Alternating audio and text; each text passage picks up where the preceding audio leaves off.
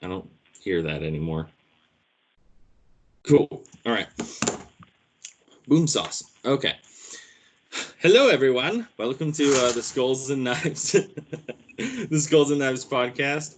Yeah, make sure you like, subscribe, comment, rate, share on Twitter, Instagram, Facebook. What else? The podcast app, everything you got, like it, whatever you can do helps out. Anyways, we have my friend Charli on. Hey, What's up? Skulls and Knives podcast. Of Skulls and Knives. I know that's actually my first question. So it reminds me, your whole setup, which I love, by the way, and we talked about it off. I've been listening to the show. I'm a fan, but the whole it feels like. I mean, did you have a band at some point called Skulls and Knives, or where does that come from?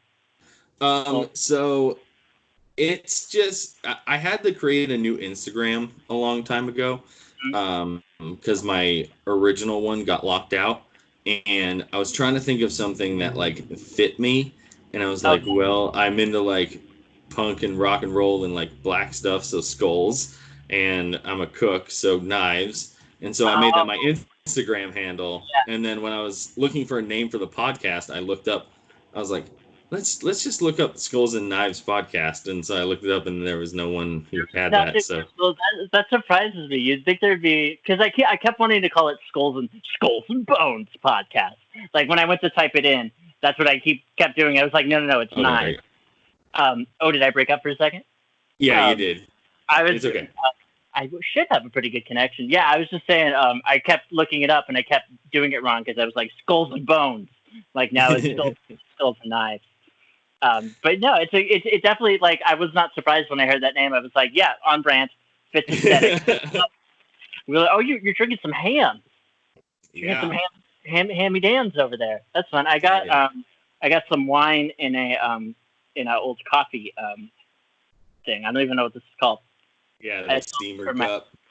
Yeah, the cup. Yep. Keeps it cold. Hell yeah! What wine are you drinking? This is a rosé. It's which I'm learning about. Do you know that much about? I mean, you're in the restaurant industry. You probably know a little more than I do about the wines and the alcohols and stuff. But yeah, I know it's a rosé, but I couldn't tell you like why that's different than other wines, or like why it's. I don't know. So I like wine a lot. I'm not like a wine buff yet.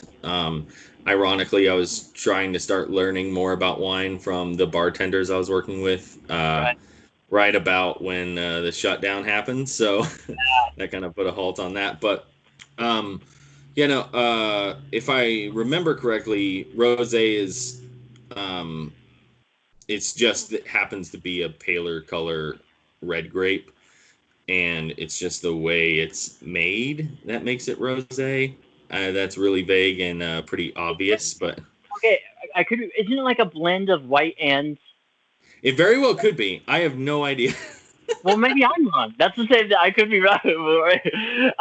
I like hams though; those are cheap and good as hell. I like the hand-me-downs. Yeah, I love hams. It's consistent, crisp, delicious, and it's cheaper than all the other beers in its category. Like, I don't know, PBR, I feel like every time I taste it, it's different, and it's just never consistent for me. And then Rainier is a little too dry, and I leave drinking it feeling more thirsty than I was before. Rainier, you said that about? Rainier, yeah. Yeah. It's like really tart, and so this is skulls and beer, skulls and alcohol now. This is a beer podcast now.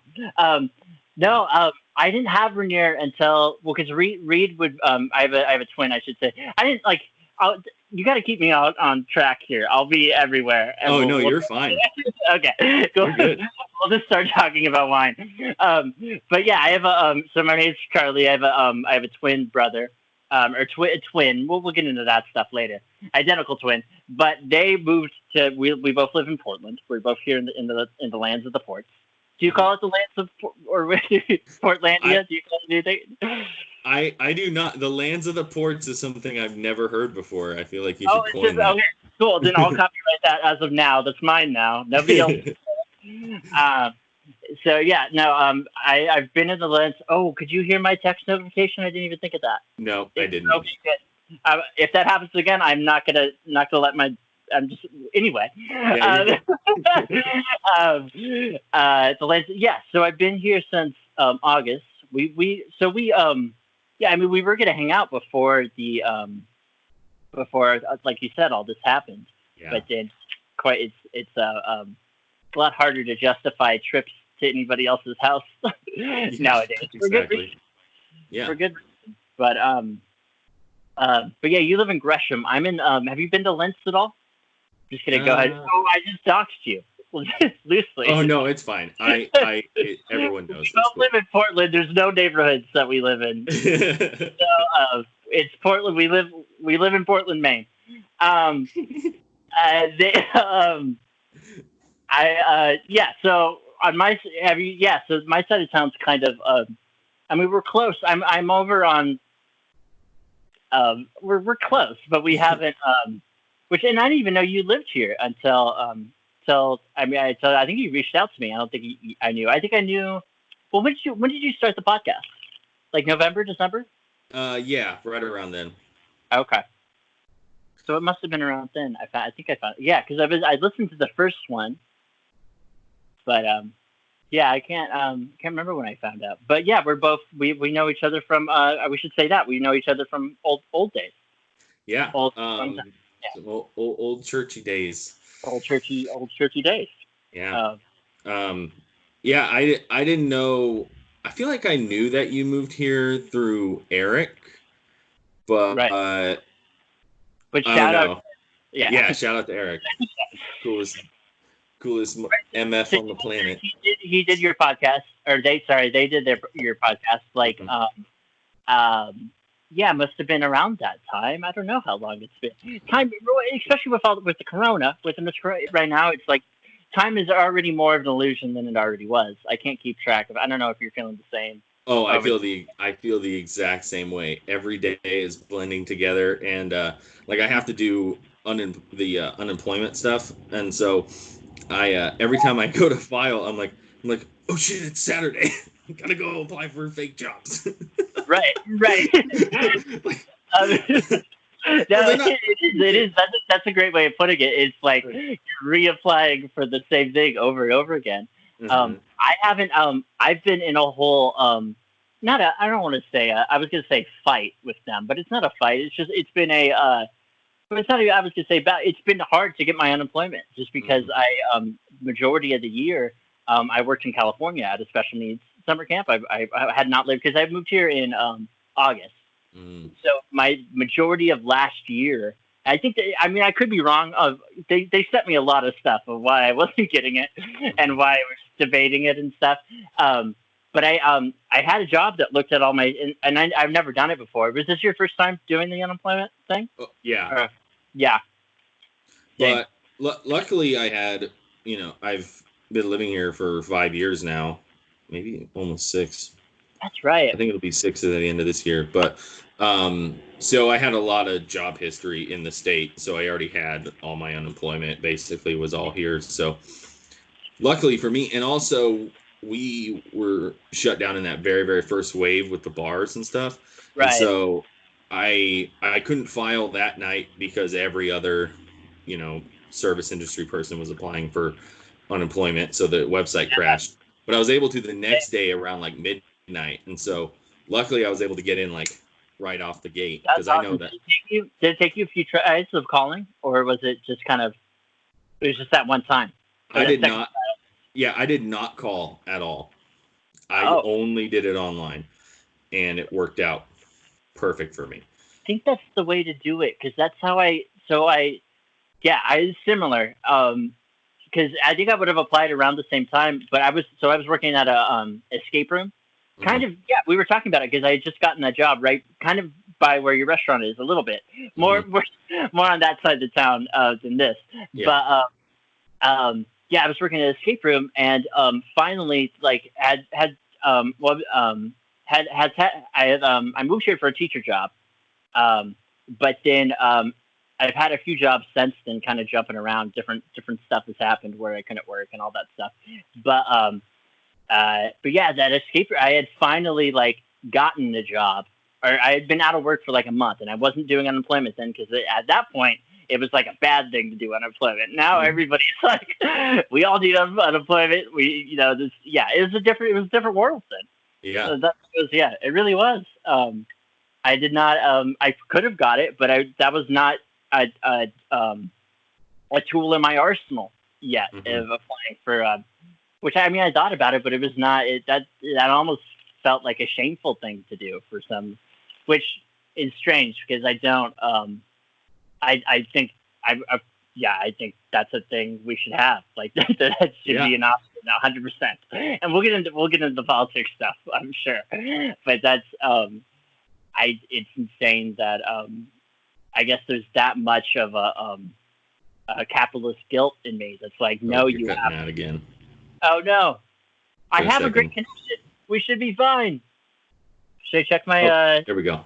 Boom. Should I check the connection here? I'm checking my connection. All right. Yeah, we should be good. We should be good. Yeah, mine. Be free bars. Yeah, mine says I'm good too. So, whatever, we'll deal with it. It's fine. Well, figure it out. Yeah. You could put little little music bits in there in between. It's just like little like noises. That's you just go skulls and knives like whenever it comes out. Do a little guitar riff.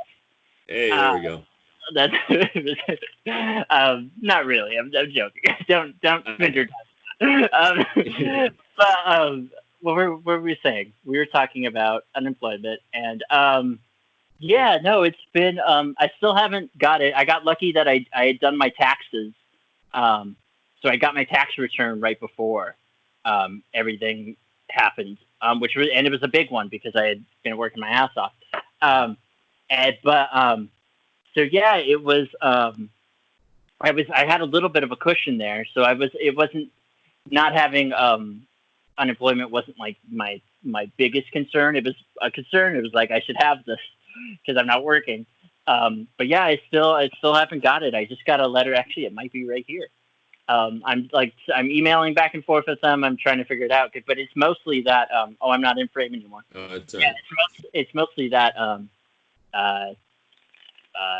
The working in different, because that's the thing. In the last year, I worked in 3 different states.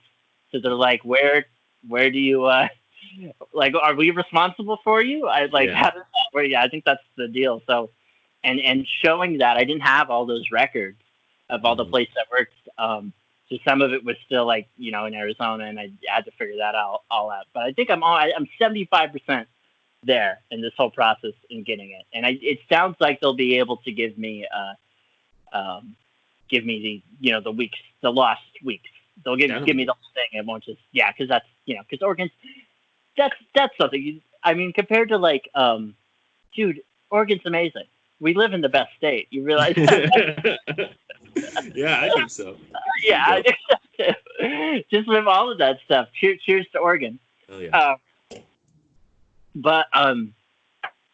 Oh no, that's what I was gonna say. So you were talking about when you moved here. I ran into your so you guys, you've been here for like 5 years, you were saying? Right when you moved, I ran into your dad, your little brother, and your mom at church, at gay church that I was going to. They're not called gay church. One church, which I don't think exists anymore. Was that Ryan's thing or Ryan Gear? Oh, okay. Ryan God.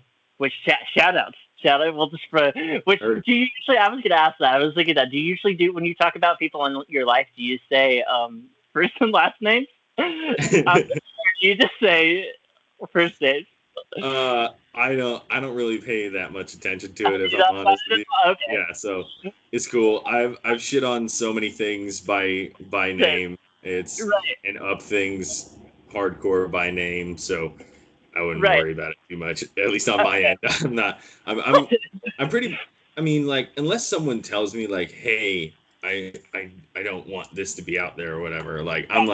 I'm pretty much like, oh yeah, fucking this thing and fucking that thing and blah blah blah blah, like whatever. And so I don't know. I got loose lips and stuff. So unless someone tells me to tighten them.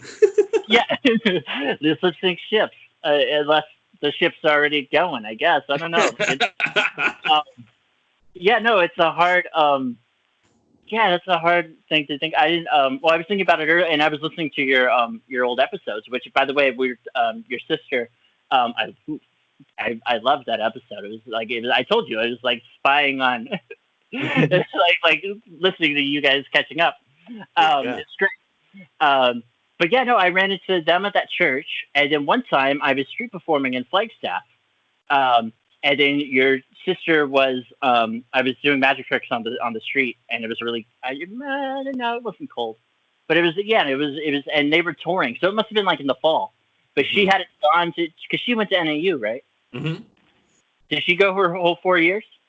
No, she's finishing up at ASU right now. Oh, good for her. Yeah. Awesome. College. It's a Yeah. thing. Yeah. Did you finish? Or did you go at all? I haven't gone at all. No. So what I did was I was at right before I moved here. I was at like a crossroads. I had applied and been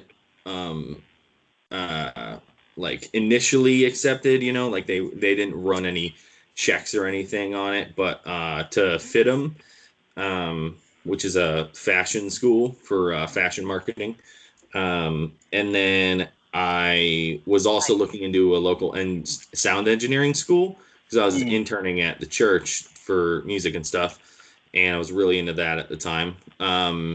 Did you? How long did you intern for at the church? Like after high school? Let's see, like 2 years, I think. Yeah, I think it was about 2 years. But yeah, so I had those two options. So FITM was in LA and the engineering school was in Phoenix. And then I was like, I don't know what to do with my life. And then I found out that Eric was starting the nonprofit up here. And I was like, that's cool. That's a good cause. And it's something that is not going to cost me an arm and a leg to go do and actually like learn something and experience something else in the world, without adding a bunch of money and also obligations. And so I moved up there and interned with Eric, and so that's kind of how I got up there and what I was doing. But that's awesome. Yeah. I guess I missed that. I didn't realize you were working with Live Again. I didn't catch that in that whole thing. That's awesome. Yeah, it didn't last that long. Right. If I'm honest, well, it's just like life caught up. Like, so I had to start working, right? So I started. I only had cooking experience, so I started working at this restaurant here in Portland, the Doug Fur, as like a closing line cook, 40 plus hours a week. So that took up a lot of my time, which meant I couldn't do as much Live Again stuff as I wanted to do.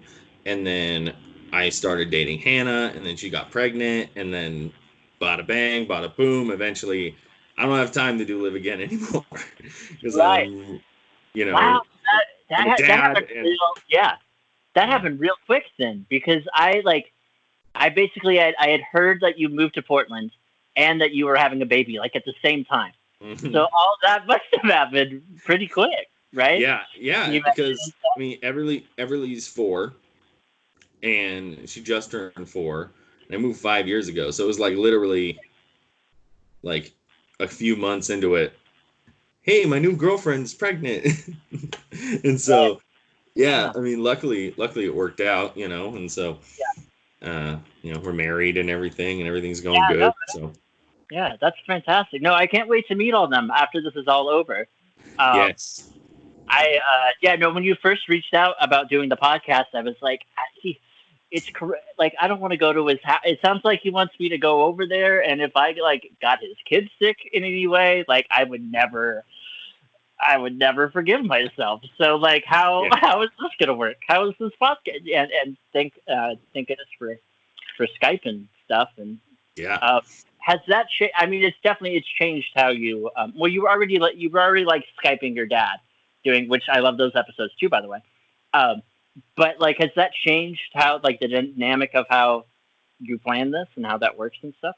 It definitely pushed some things back. And it's been a steep learning curve because I was kind of betting on, okay, so I'm gonna get up the courage to call my best friends and just have them on for a little bit, and my dad, and then I'm going to record some solo pods or whatever until I can muster up the courage and to invite people on and have other sorts of like good, cool conversation. Just basically trying to get reps in before. And then I had just started to get more people in person, and I was trying to get new microphones for that and everything right around That's when right.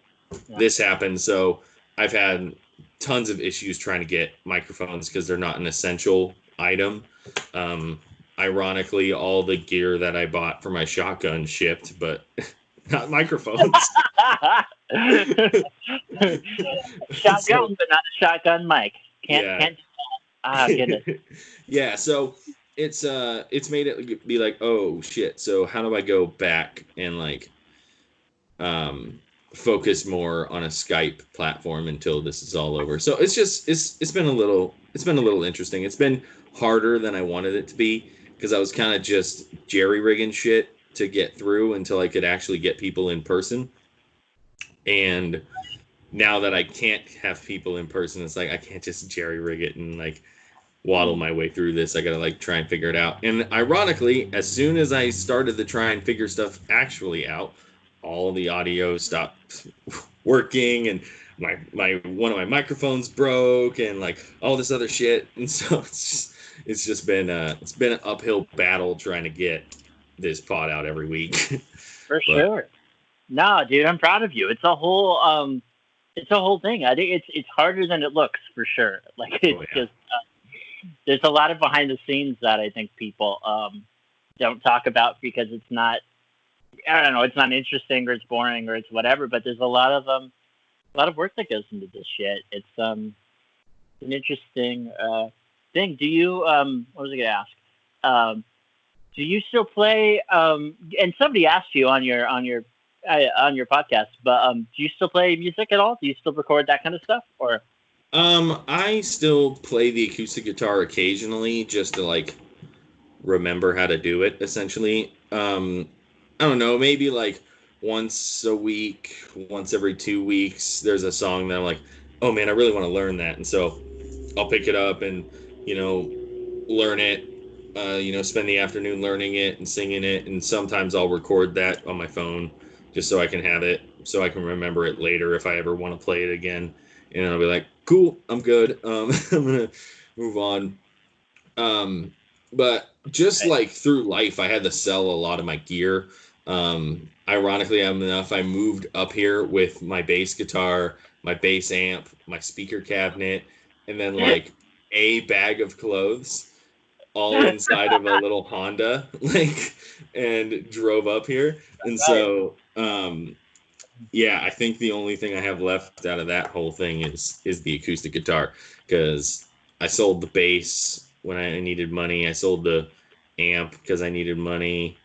And so, yeah, and it's something that like sometimes I look back on and I'm like, oh man, those were the good times, and I kind of wish I was doing this still, but I don't know. There's just other things that interest me now, and so I'm just not doing it as much. So yeah. No, and that's so interesting to me because I feel like a lot of my friends who had bands and were playing music in high school aren't anymore, or like a lot of the people who were doing those like, or people who like you, and then like my brother, my older brother was like doing worship at Mission and like had bands and solo projects and all that sort of stuff. lost interest completely in it. Has moved on to other things, I guess. Um, I don't know. It's an interesting thing because it feels like I don't know. Maybe you kind of got that out of your system a little bit, but like I don't know. It feels weird. I guess for me. So for me and my twin Reed, um, we're now just starting bands and getting into music and like Mm-hmm. which because we didn't really practice when we were in high school. I guess we're interested in other things. Yeah. Uh, so I had like taken a few music lessons and knew and done like choir like 1 year, so knew but really had known like jack shit about music um, until just recent. Besides listening to it, but Mm-hmm. until just recently, and now both of us are writing songs and certain bands and that kind of shit. So it's an interesting thing to me that so much. Well, no, and now it's like I'm like reaching out to my older brother, like, "Hey, come do a song with us." And you're like, "I'm good."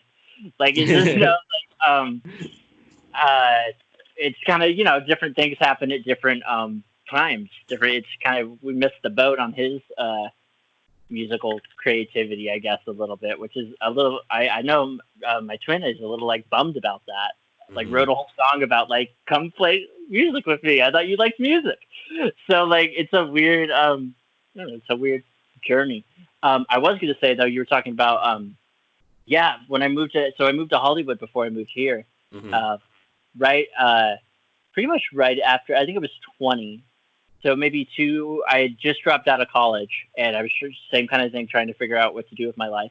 And I met it. I actually I met my first boyfriend or first relationship ever, um, at in and they had gone to Mission actually, but I didn't meet them through Mission. I kind of met them through the Grinders. Are you familiar with the with the Grinders? The app. Yes. Yes. Yes. Most people, I should say, most people don't call it the Grinders. It's just Yes. Grinders. That's why I was clarifying. I was like, we are talking Yeah, about grinder. Yes. I'm glad. At least you knew what I was talking about. That was good. Um, but we were both actually. I was in ministry at Mission, and they were too, but had never met each other, and we met on the grinder. On grinder, I'll just say grinder, and You're fine. um, and then so pretty much actually within 2 weeks of knowing each other, and a lot happened. We can get into that stuff too if we want to. But I was working in ministry, and I was secretly on a grinder like the whole time, and like trying to figure out my sexuality and that kind of stuff, and gender identity and all that shit. But had never had any relationship just that whole time. Like when we were in the youth group together, when everybody else was dating, I just had never. And I guess at the time it was uh, like a celibacy thing. Like it was like well, that's how in my head, that's how it made sense. Like Yeah. like that's what this is. I'm just I got my purity ring on. I'm just not dating people because I'm pure as fuck. Um, yeah. Did you ever have a purity? Did you ever wear a purity ring at all? Okay. I think I was given one at one point, and I lost it on purpose. Well, That's incredible. sorry, I do want to get back to everything that we were just talking about, but like that's something that like I always hid because I was this big public eye, Right. um but my dad was the college pastor there. Wow. I was playing in front of the children's ministry, Yeah. or the high school ministry, and then playing all these summer camps and stuff and these winter camps and whatnot, Right. and I was just really involved in it. But I was still like, I had already, by that time, I was already at this place where I didn't really even believe it. I was more just into it for the community and for the Yeah. fun, and honestly for the High reps. school. So this is just so in high school I figured out that I didn't really believe in God, at least as the God of the Bible. Right. And I had started reading other religions and whatnot, and other philosophies, trying to just knocked over Naruto. Trying Naruto. to No. Naruto. Yeah, my I little brother gave this to me, and he's like, put it I on the saw it. podcast. That's cute. Um, Real quick, yeah. what do you remember? What like year in high school? Like you were like, maybe God isn't a thing, and started. I'm really bad with dates, but it was this. Yeah, but it was the summer between my the summer right before my senior year, I think, is when I went to Africa. Right. And it was on that trip that really got me thinking about it. And like, just I don't like I said, I don't remember the exact date. Let's see, if I graduated in 2013, it had to be the summer of 2012. Maybe the summer of 2011. I don't remember. I think we were seniors and juniors at the same time, and I graduated. Okay. And that would make sense if it was. Well, I think I mean the summer I think that summer. Wait, so did you and Maddie go to Africa at the same time, or did you go at different times? We went at different times, I think. Oh, interesting. Okay. Yeah, because I think so. That summer camp. That I remember you being at was, I think 2011, which I did, and I think that's the same year you guys would have gone to Africa, but I could be wrong. Yeah, I don't remember exactly. My memory is so fucking bad. Yeah. Oh yeah, it's horrible. I cannot remember dates. It's hard for me to remember timelines, which ironically enough, like my favorite subject is history, and and everything that goes along with history. And so ironically, I can't remember exactly when all of it happened. So just the other day I was talking about when Karl Marx was writing books and stuff. And I was like, yeah, just around French Revolution was before that. Was it wait, what war was going on? What was happening? It was before the Bolshevik Revolution, because he died right before that. And then what was the... And so I was totally I don't even know. But yeah, so no, I feel you. Yeah, but I came back feeling how is God real if all of this is happening? Why would a God of the Bible let this happen? And that's kind of where the mindset started to start digging deeper into different philosophies of Christianity, Islam, Buddhism, everything else you can think of. I read it, the Bhagavad Gita, everything. And so that kind of put me on a path of more of a agnostic universalist thought of things. But I forgot what the original question. No, this is amazing. We'll just keep going. Okay. No, that's all fascinating to me. When what was I going to ask? Do you remember at any point when we were all in our? So we should, for the people at home. So we did you and I were in a small group together. We were in youth group together, but we were also in a for the non-Christians, for the sinners, a small group. That's a joke. So what? There was probably around 14 of us. Mm-hmm. It was at my house, which is insane. Well, my dad's house, I should say. But they it was in our basement, and we met there. It was 2.5 years, 3 years maybe. And we were in our basement. There was a ping pong table and stuff. Mm-hmm. We were lucky enough to have a ping pong table. That's a whole thing. But that was a cush house. Just saying. Yeah, I know. That's a whole. That I think has informed my politics a lot. Actually, is it was definitely a I didn't go to Africa, but I went to Fiji, mm-hmm. And I had a few with Mission actually, and me and my dad went to. So our senior year we went, and but before that, I was doing kind of the same thing you were. But it was more, I think for me at that time, it was more of, it was on the sexuality thing. Because it was how can this thing that I feel without a doubt, how does me just liking guys that I can't, there's no way for me to feel like I could be attracted to a girl right now. So how does that, how can I be a Christian, or how can I exist really? And I was during that whole time, like I would even say, not to get too down, but I would say I was like suicidal and depressed from basically age 14 to pretty much like on and off now. I'm still figuring that shit out, which is insane. But it's just getting when we were meeting in my basement and stuff, like just for having that for the Christianity, I think being so close, same kind of thing where it was like a public. I mean, I wasn't a pastor's kid, so it was different, but it was that same kind of thing where it was like I was going to. I grew up in a private Christian school. My graduating class was 13 fucking kids, and one of them was my twin brother. So it's just like a weird. Just Christianity is just always there, and it's always like, I mean, at least in my school, I got told multiple times that if you were gay, you were you were the worst. You were going to hell. You were whatever. And that's just when I thought I was gay. So it was like, Yeah. so there's, I think during that time there was a whole bit of repression and depression. We'll just rhyme it. That's fun.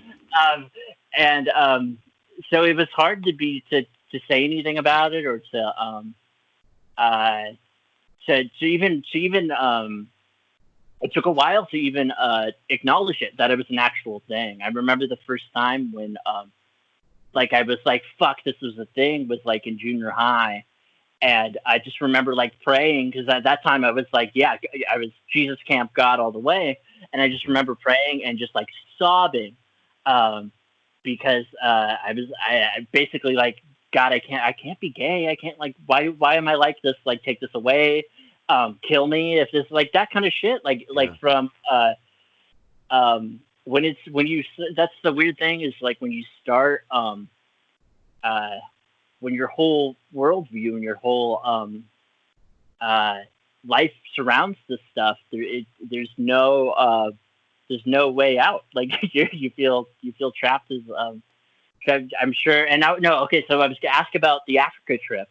Was that, so your sister sounded like that was a big like a changing point for her. Would you say like the same for that when you went? Yeah. Yeah, it definitely changed everything. Right.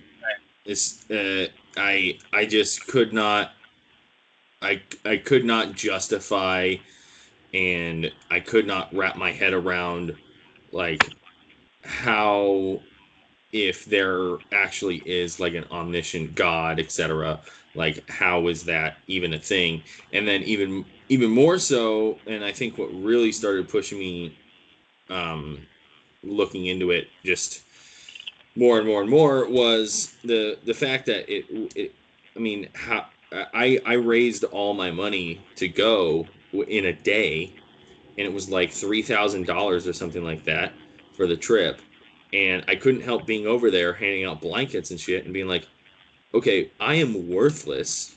Why? What? I am not worth a $3,000 investment to go over here and hand out blankets. Anyone can hand out blankets.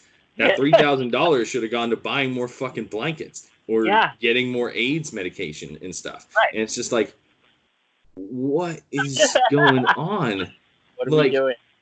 Like I get bringing someone like Chief Teresa from Somebody Cares, which is who we were going through in Africa. I get bringing like Chief Teresa or someone of them to come over to the church and explain what's going on, and paying for a flight for that one person to come over and reach out to a bunch of people to then receive more funds. I get that. What I don't get is spending $3,000 per kid with like 25 children to send to Africa.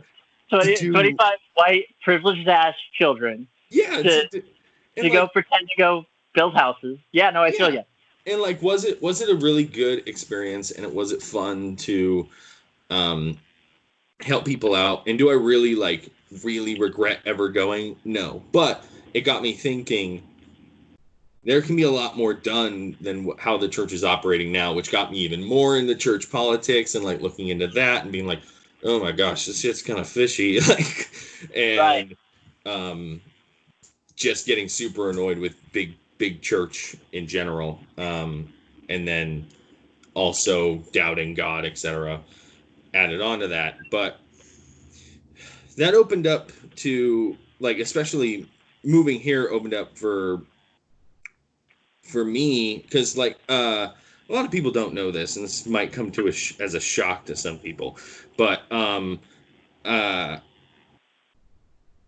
I would consider myself bi, and I liked guys and dated guys in high school very secretively, um and I uh actually moved high schools. I tell everyone, so this is what I'm going to open up here real big. I tell Yeah. everyone I meet, because for some reason I'm still slightly ashamed of it. So everyone I meet that I left my first high school, Basha, to go to Perry Hmm. because I got in a fight and I was beating up some neo-Nazi, and and they were Man. like, you either transfer or you get expelled from the district. So I transferred. That's what I tell everybody. Yeah. What really happened was my parents I found remember out. that story. Sorry, keep going. Yeah, no, it's fine. Yeah. My parents found out that and this is my parents are totally different people now. Just Right. caveat. Um, Right. Same. but and so and they found out that I was talking to this guy, um, and I viewed it as an embarrassment, and I was like, I don't know, maybe I'm just sexually confused, but somehow, some way, the whole school kind of figured out, like it got out somehow, and I was really embarrassed by it. And so I ended up leaving that high school to go to Perry, which was the high school across town, to kind of like restart, you know? And Right. so, and then from there, like I still, again, none of the relationships with men were very serious at all, but they were there mostly over the internet, you know, and there were even some people that I went to high school with. We were just both very closeted, so we were just like, you know, texting each other, Right. and so moving here, kind of, and you know, meeting people like Eric and seeing Eric go through their their uh their changes in life and everything like that, and then just being in a culture that's way more open, um was really liberating. And I mean, I'm still like in a cisgender relationship or whatever, and I'm not like trying to, we're not like polyamorous or whatever it is. We're very committed to each other, and I'm like super happy about that and everything, and I'm happy the way it turned out. But that was something that was just kind of liberating to see. It's like, oh, it's just like cool here to be that. And so um yeah, I've newsflash, everyone, I've never told anyone that in public, but yeah. That's awesome. Thank you so much for. I was going to say trusting me with that, but I guess we're on the podcast. I forgot for a second. Yeah. Yeah, that's awesome. Yeah, no, we've never had that conversation. I am surprised. That's fantastic. Thank you so much for sharing that. Yeah, Uh, and so that just yeah, and all that really, all this like momentum and change like really stemmed from that Africa trip. And it's kind of interesting how right. like super pivotal that was in my life as far as philosophy, religion, and how I live my life today. And so it's kind of crazy. No, that's a lot. Uh, Goodness. Okay, yeah. So now I'm just interviewing you now. Yeah, I Now, was gonna say, you warned me before I had you yeah. on. That Yeah, and that's and we're gonna stick with that. And I'm just gonna yeah, it's all good. So at what if you don't mind me asking, Yeah. at what time? And I know I'm the same way with the time period. It's hard to be like I think it was that year I was doing this. Is that year when I started that? Um, but when were you talking to guys? Was that like in junior high? Was it in high school? Well, it's not like it's in high school, but when did that kind of start? Or like we started thinking about that? If you don't I, mind me asking. no, it's fine. I started thinking about it in junior high, um, and then it was more like just like looking at looking at gay porn occasionally, and it was just like, oh wow, like that's really interesting to me, and like what are these feelings? And then like I'd meet guys that I was like, I'm feeling like sexual feelings for you. This is something that's not supposed to happen. Like what the hell? And so I just like kind of like buried, and then I finally in high school, my freshman year, I think it was, or the summer before, was when I actually started like people that were openly gay that I knew, like reaching out to them. And, occasionally that would turn into some sort of online relationship. And so, once or twice turning into like an actual relationship, just super underground and hidden in the cosmos. Right.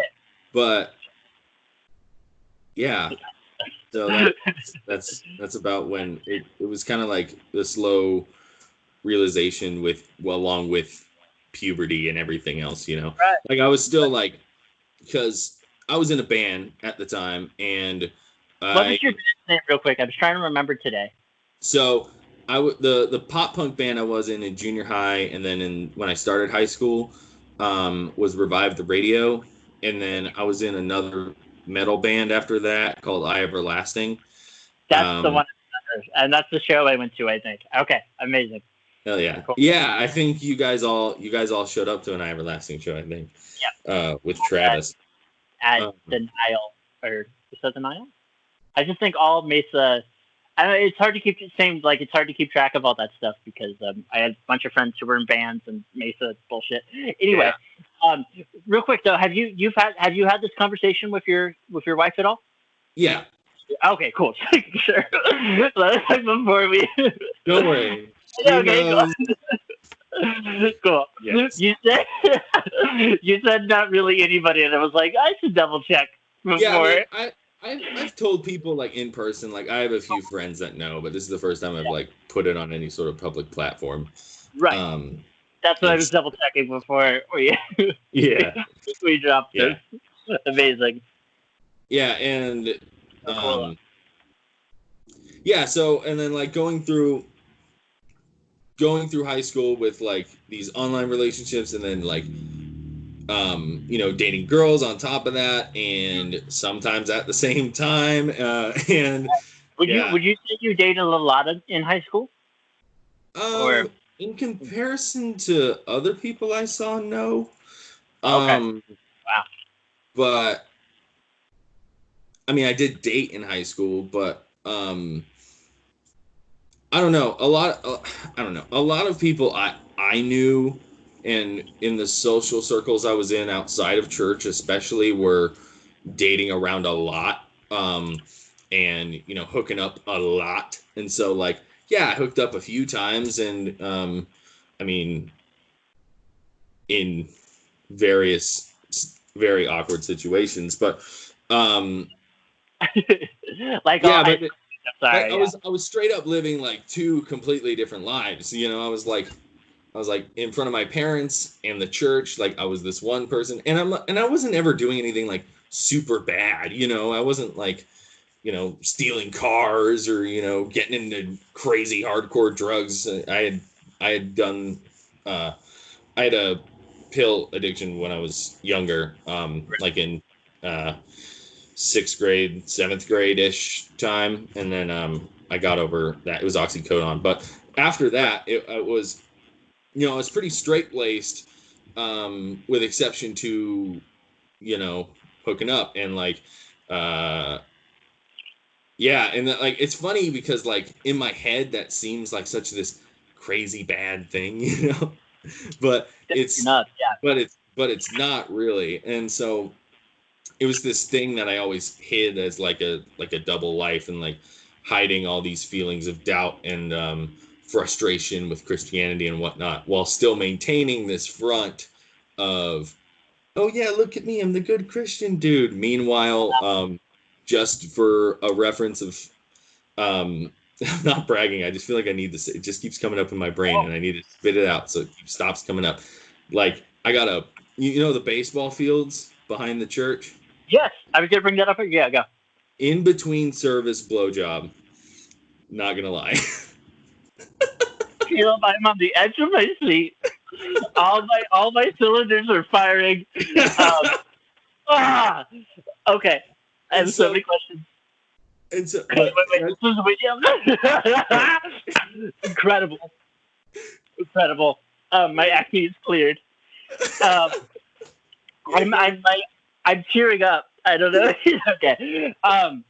Incredible. Well, no, I was gonna say earlier because I never I never had sex back there, which maybe would have been better for me. I didn't have sex till I was like 20, but that's a whole another story. Um, but the but Reed and I would ditch service and would just walk around those baseball fields just because we couldn't handle it anymore. Like really, like junior high. I mean, we would like see we would tell our parents, hey, we're in service, and then we would go like because there used to be big farmland back there, so we would just walk and for hours because we were supposed to like sometimes we were supposed to be doing ministry stuff too. But back to that. Um, yeah, so like when you were doing worship or like when like in between. no, when I was doing worship. Incredible. I thought so. I love it. Ken, so just with girl or boy or that was a girl. okay, just making sure. Fascinating.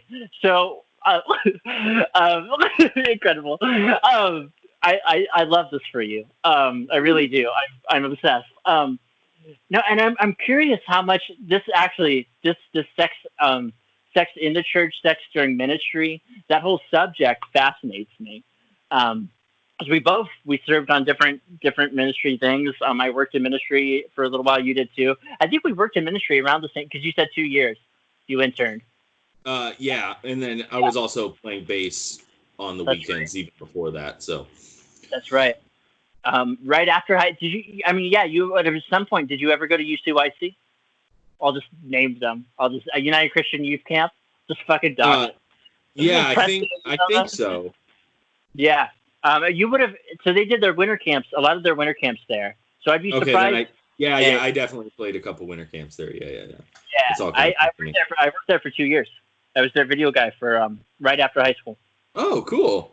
Yeah, it was it was something, and I was trying to get an internship there for a long time, but it was I think one of my first jobs after high school. I had worked at another like a Christian photography studio that did all the they did all the private schools. So that was my first job when I turned 15. So I did that for like 4 years, and then when I all through high school actually, and a little bit of junior high. I was kind of like under the table type thing because I was young and whatever. But they where was it going with that? But yeah, right after actually the day after I graduated, and I was actually late for my first day at UCYC because I was graduating high school at my Christian graduation, and well, really, because and I graduated at Mission. I don't know if you knew that because our Christian school rented out Mission for graduation. So I did everything with church, everything because I my whole life was at that church until then. I graduated on that stage, the big ass stage. So it's like we did like our I don't even know what to call it. We did like our award ceremony or whatever. Not to graduate. We had like 2 Christian schools are buck wild. We did 2 graduations basically like a family one and like in the 5th and 6th grade room. Okay. We did that there, or 5, 6, sorry, and then we did our actual like a family one, and then we did a real like big stage one on the big stage. It was buck wild. Is your wife there? Yeah, she's coming out of the. Hi, I can't wait to meet you. Come here. Come say hi. Hi, I'm Charlie. I can't wait to meet you. It is so nice to meet you. I wasn't trying to hide out. No, you're good. But Are you it's eating nice. a Laffy Taffy right I now? am eating a Laffy Taffy. Yeah. Podcast audiences love that. We love the ASMR. Thank Can you smack louder into the microphone? Yeah. My dad's gonna kill me for that. Okay. He for just told me ASMR? earlier today that he hated when I chewed with my mouth open. But you know, Well, Dad. In the spirit of the show, fuck you, Dad. Yeah, exactly. The only time I'll get away with it. Right. But it is so nice to meet you. You too. I've heard a lot about you. Same. Yeah. Well, I've listened to you on this very show that we are on. So. Yeah. Yes. Drunk Me Too, which was a sight. Yeah. You know, Caleb never saw me drunk before that night. Yeah, not really drunk. Ever. Yeah. Never like that. I mean, I had been like tipsy, you know, but not like literally like waist falling over. Like, I swear, waist up, I was not alive. It was just like, you know, one of those little air things that like have the hands, the green guys. That was totally me. Most accurate. Yes. Yeah. Anyways. Wait, with your arms, like literally? Yeah, and like my you're whole flailing everywhere. I was halfway bent over the whole time. She broke my microphone. I did. I'm so sorry. I'll have to go back and watch the live stream. Oh I think I'd listen to that one.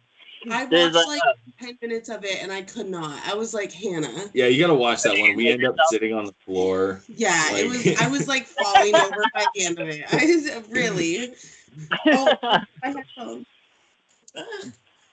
All right. Anyways, it was wonderful to meet you, Charlie. You too. And thanks for coming in. I hope to, you know, see more of you. So.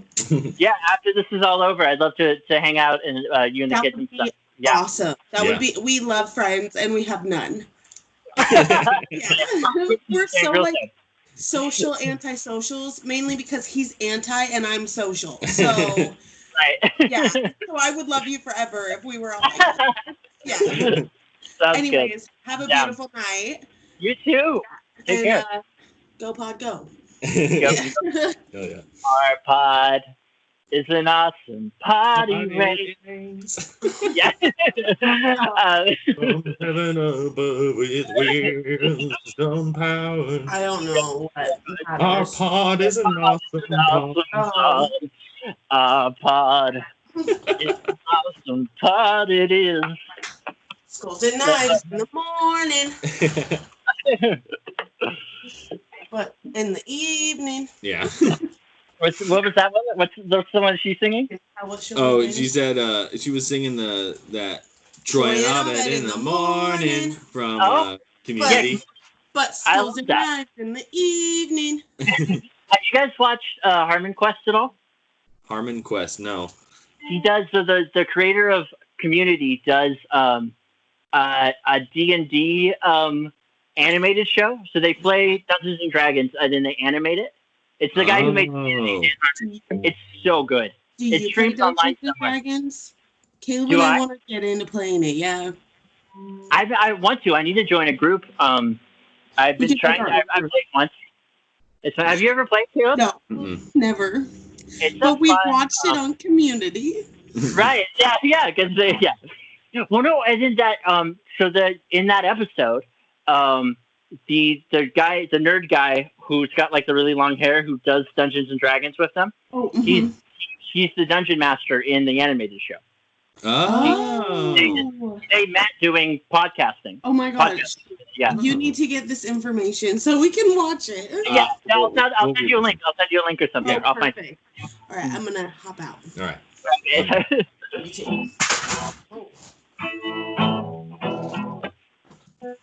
Yeah. So, what? So what's your journey been like? As far as wait, what we were the start thing. I jumped from place to place. Where were we before? And I think everybody does in some way. We all jump around. To do. We're talking about blowjobs behind the church. Yes. Yeah. As how you guys kept? You guys would dip out. Yes. We would not blowjob. I should clarify. We would fuck. Um, but do you? How do you title if you title your episodes based off what you say? It should, and you could just be blowjobs behind the church or whatever you said. Like, you know what I mean? How do you? I didn't even notice. Like, how do you? Well, we won't talk. I'm getting too much into the podcast within a podcast, which is too much. So we'll talk about what the question you asked. The question you asked, Journey. Yeah, no. So I mean, similar in a way, but I was thinking when you were telling your story just with sexuality a little bit, just because of how sheltered the school we went to was. I didn't know I didn't know gay people. There's definitely 100% there was gay people that went to my school. And we've all, talked after. We have a whole gaggle of gays that now talk. We have a group chat somewhere, at some point, but but I didn't, so in our youth group, the first openly gay person I ever met, in our small group, and I think it's okay if I just throw his name out. But when Jake came out in our small group, if you remember that, if you were there for that, yeah. I think you probably were, was a big deal to me because I was like, fuck, somebody's here and he's saying the things. He was actually the first person I ever came out to because on our back porch because there was nobody else in my life.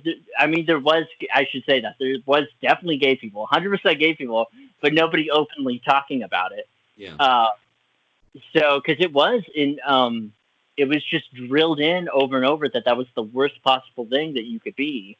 I have vivid memories of we had Bible class every day since I was from fifth grade on, an hour a day spent in the Bible, and what happens there is you end up not, well, at least in the case with that Christian school, you end up not in the Bible, you end up in whatever theories, weird Bible theories the teacher has. You end up there for a majority of the hour. And so we would get a lot of just homophobic, just as you know, it was nailed into me that was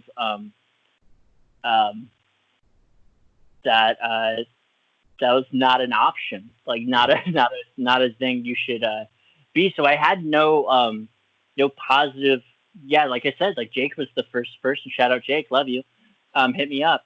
Was the first person that I had. So it's so interesting to me to talk to people who went to public schools, because you would have there would have been there was people you knew for sure that were out, and it wasn't it was a big deal, but it also wasn't. If that is that fair to say? Yeah. Yeah. Yeah, it was interesting because there was like you said, there were definitely more people that were out and open, but it also was. Sorry, my son's crying. I'm gonna text Hannah real quick. You're good. You have to apologize for your son. So you have a 4-year-old and a 2-year-old? Yes. Okay. Yeah. Yeah, cool. Yeah, they're cool. They were a little much today, but yeah. How has it been? Sorry, go ahead. What was I gonna ask? Oh yeah, well no, because I've been asking a lot of the parents I know, because that's the hard thing is you don't want to bring it up, but how has it? Because there's just, you probably get a lot less breaks now, right? For sure, because you're out of school or whatever. But what has the difference been? I mean, have you guys been feeling it? You guys doing good with them, or they can be, yeah, they can be challenging, right? They can be challenging for sure. They get really cooped up. I used to take them to the park like every other day or so. And now I can't do that, so it's kind of just like open up the back patio and play on the chairs and the little slide I have out there, and yeah, so it's been interesting. Is the park by you closed, or?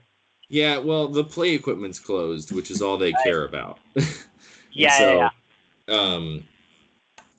Yeah, so they don't really want to like just go and do nothing. They're like, I'd rather just be inside. So that's been hard.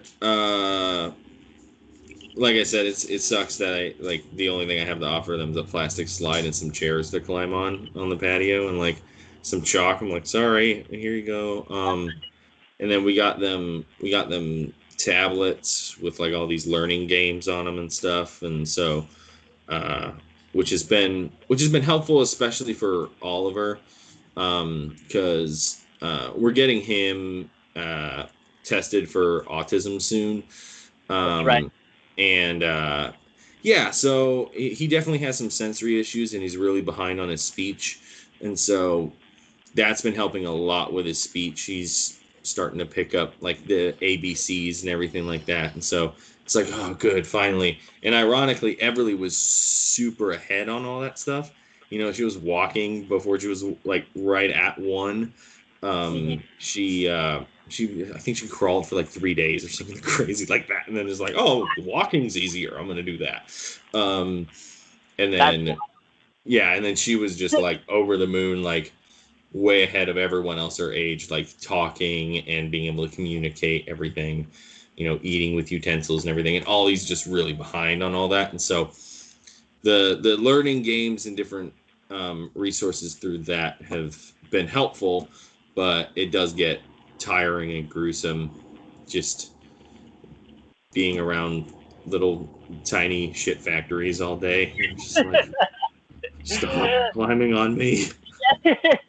Shit Factory, I think, is the best title for children. I think yes. I've heard. That's great. I love that. Caleb and his shit factories. That's awesome. That'd be a good band. Caleb and the shit factory. That's your family band. That's what that's called with you guys. There we go. There you go. No, that's interesting. No, I remember listening to the no, we haven't got to talk about it yet, but so when so what's the last, if you don't mind talking about it, what's the last so have you done any appointments for with doctors talking about autism since this has all started, or has that kind of been on the back burner? No, so we had the like an initial evaluation to see if he could get the evaluations and tests. And on top of that, he's on ESD right now, which stopped for a couple weeks, which is what's that? So ESD is the educational services or whatever. Basically, like they come in and help with the speech and everything like that. So and like learning and everything like that, so that you can get ready for school, and actually be able to like go into school and be caught up a little bit. And so they work with lots of children having developmental issues, kids with autism and everything else on the spectrum you can think of, and then also kids who are undiagnosed autism, like Ollie. Currently, it's fine right now, like Ollie, but are in the process of doing that, and they know that he's behind on his speech and everything like that, so they're just going to help. So we've been doing those, and then when the shutdown happened, because they shut down school for a little bit, that wasn't happening, and then they reopened it via video chat, so we're still getting to talk to our ESD counselor every week and go through different things like making a picture schedule and having like little cutouts of everything he eats and does, and like, do you want to do this or this, and trying to get him to choose, and so she's just mainly helping from an educational standpoint, how to like get him kind of back on track and help him out. So yeah, that's awesome. I should say real quick, I misheard you when I asked what that was. And I just have to say that, oh, sorry. Oh, no, it's fine. What did you say? Not just educational. Not just educational? Mm-hmm. But what? Life skills? Social. Yeah. Like, it's a lot more than just like learning. It's not just that he needs to learn things, but it's trying to understand the way that he learns them and processes that information. Yeah. To help him understand those things as well. Yes. Not just know what they are. Because it's one thing to say A, B, C, D. It's another to know that that's the alphabet. Yeah. Right? So it's kind of interesting. Different It's for just every really, kid. because when people think it's just a speech thing, they think, oh, you just think your son's autistic because he can't speak. But you have to really know Ollie. He's very interesting, and he has a lot of different things that aren't necessarily just related to speech, right? Yeah. Like, and you know that, obviously, but like other people don't. Yeah. And he is very young, and people just like to assume. So I just wanted to throw that out there. Thank you. That clarification. That was a good clarification. Thank you, Hannah. You said it was a good clarification. Oh, thank you. Well, we love you guys. So. All right, now she's really leaving.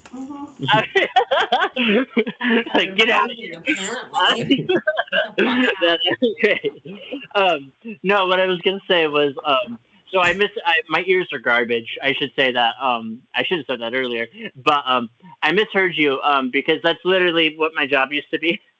So I was like, oh, and I just need to clarify that because in case somebody who knows me is watching, and I asked what that is, they could be like, you dumbass, Charlie, like you did that, yeah. So I needed to say that. So after I worked in ministry, and I did a little bit of ministry, a lot of work with kids with autism, but that's most of my employment history is working with kids with special needs. And I almost went to school for it. It didn't. I dropped out before that. I almost went back to do it, but it's an interesting. Which that being said, I definitely don't. Actually, I think people who have worked in that field for 30 years don't know everything about it. Like they're still learning things. There's still. So I definitely don't. I still have a lot of friends who work in that field, who I talk to a lot. And especially, it's been interesting as all these, as everything's had to go online. It's been interesting trying to figure that out. So this summer, so after I did the ministry or the Christian camp, I took like a summer off, and then the last 3 summers, this will be my 4th. I worked at a special needs camp in California for kids and adults.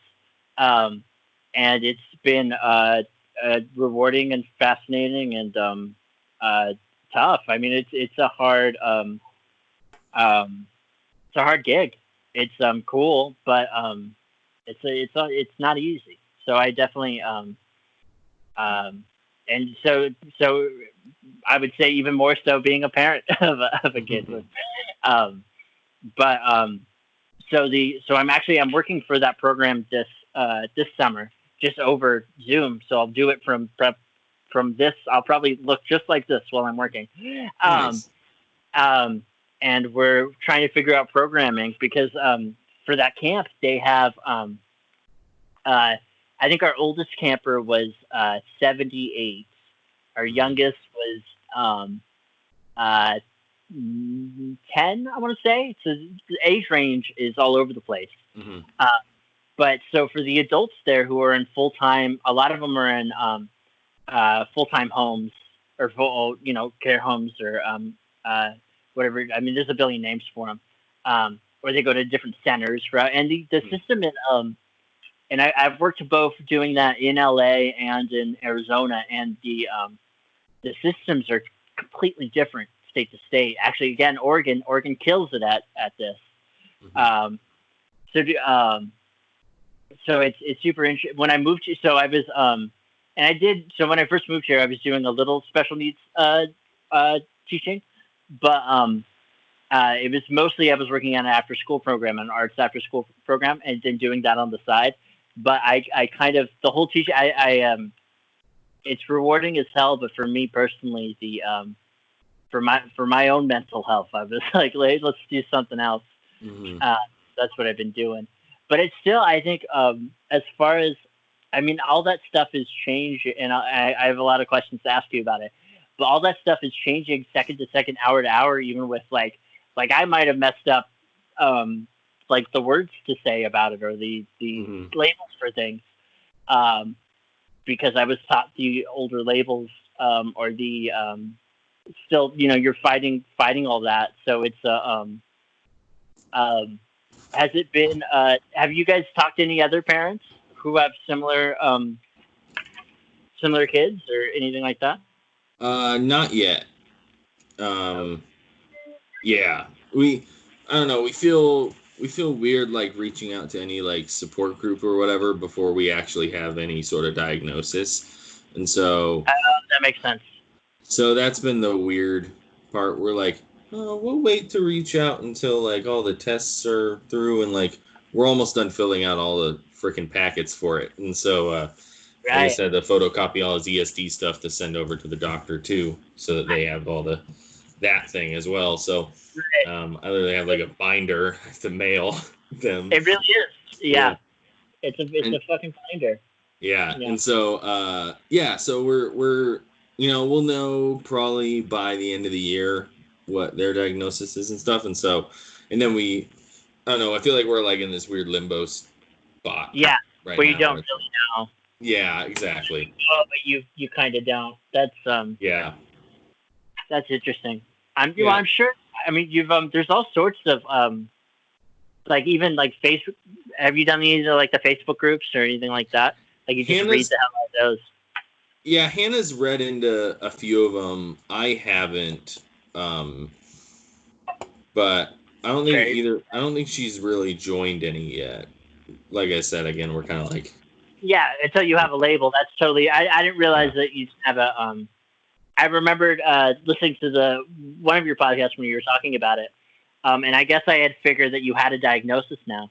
So that's it. That's it takes a while. Like it does it. And then you add this on top of it. So. And now it's all exactly. It's all.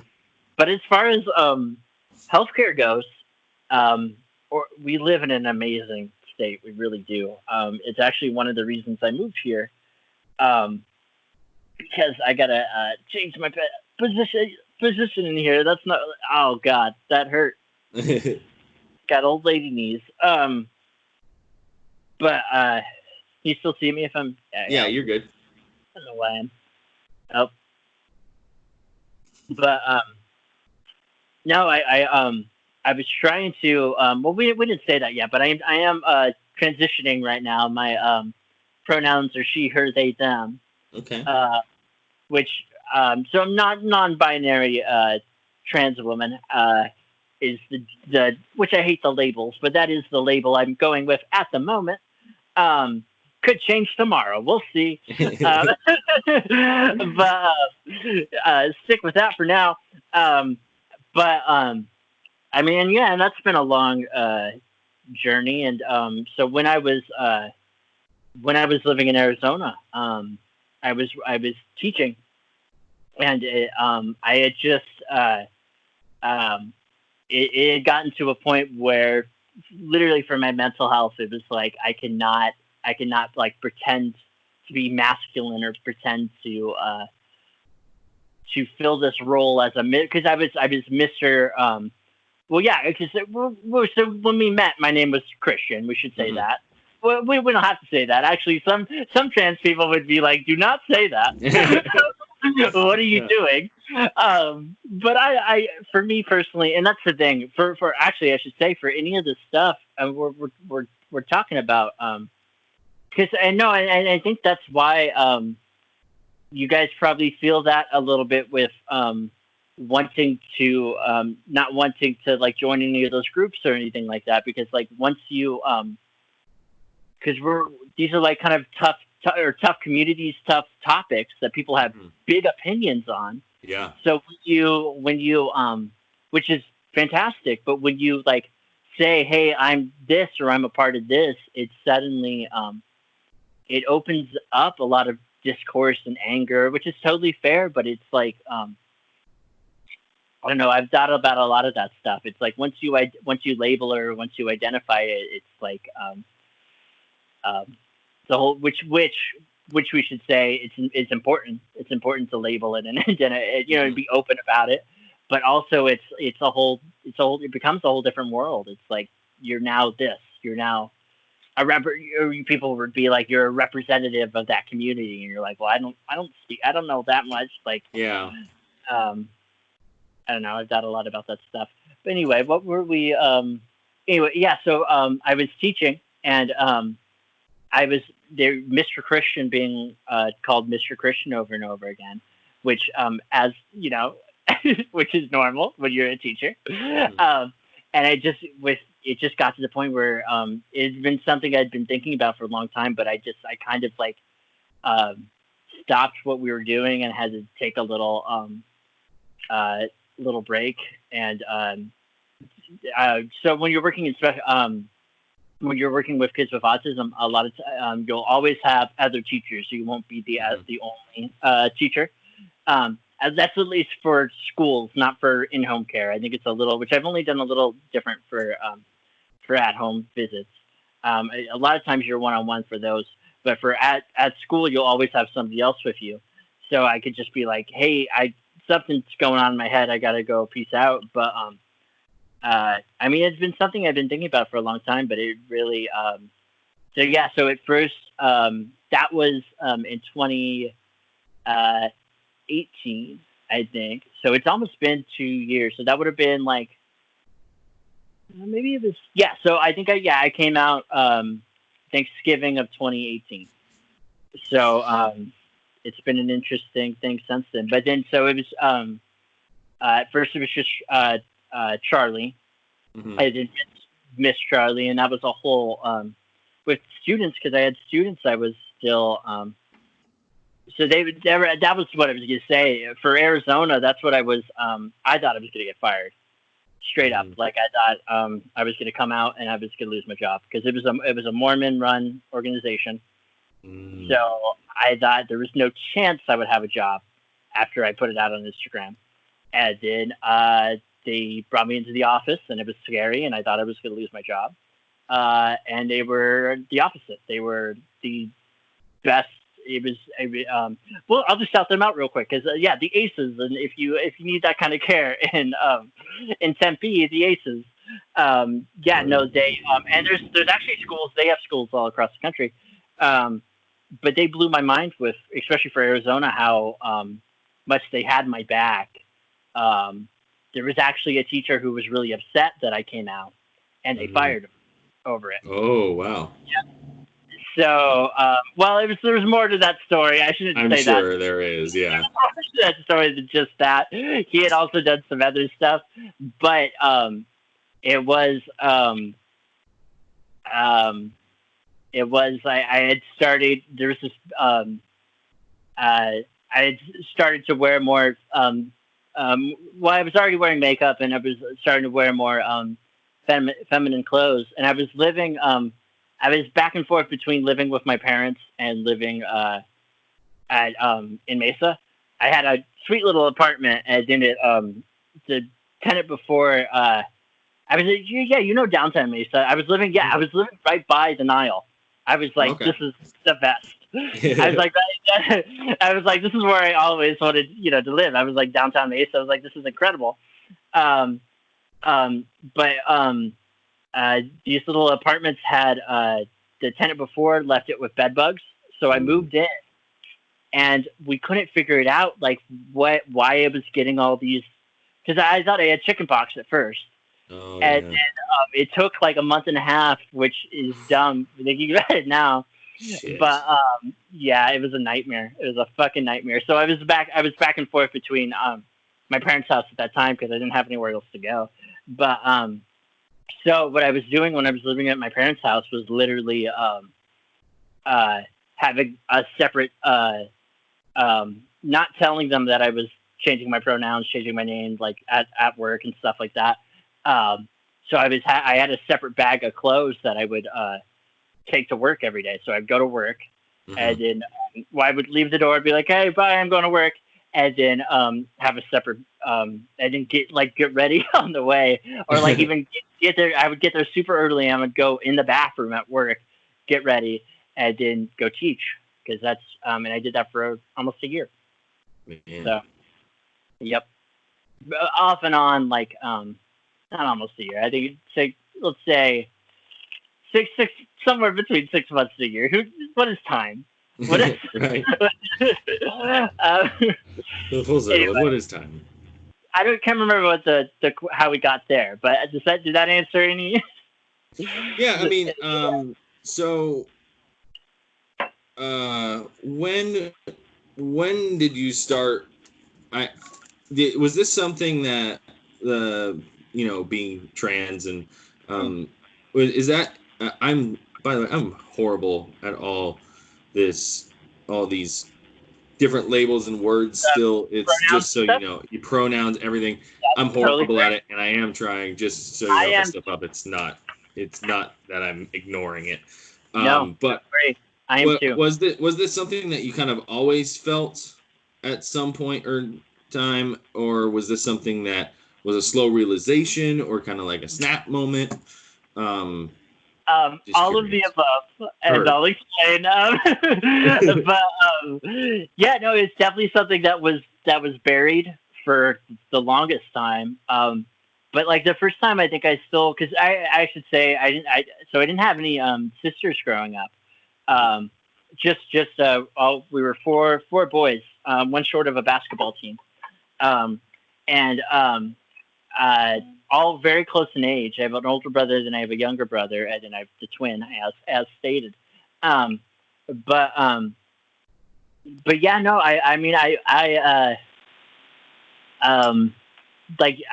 very young, like there was even like games like kid games that we would play, that ended up with me like I would choose the girl character or the thing like or I would somehow there was a lot of stuff where somehow whatever boy character we were playing would turn into a girl or something that. Suddenly I'm so that would happen constantly, and when I was repiecing everything together of like my life of like what this is and what because it took me to like admit to myself, and which happens with a lot of trans people for sure, is like it's like it's just like you're hiding it from yourself for so long because it's the worst thing you could be. Even more, I know I said that about being gay, but I would say trans being that was not even that wasn't even a word I don't think I ever heard said. Like that was like they should not be like a Voldemort type thing. Like we don't even we say gay, but we don't say trans. Like that's not a thing. Yeah. So maybe they would say, like, I remember we went on a field trip once when I was like in junior high, and this is when I was at the Christian school, and we went into a gas station, and there was a trans woman or somebody who was wearing just somebody who was wearing feminine clothing who had more of a masculine face or appearance, and it was like a scandal. Just that we were there when it was like there's this guy there who happened to be wearing a dress. Mm-hmm. It was like all the kids were like cross-dressed, like kids were like jaws dropped, like so we're like seriously, like no, and that's like that's the weird thing about and that's what I was thinking about when we were talking about the like the Africa trip and the Fiji trip, because it is like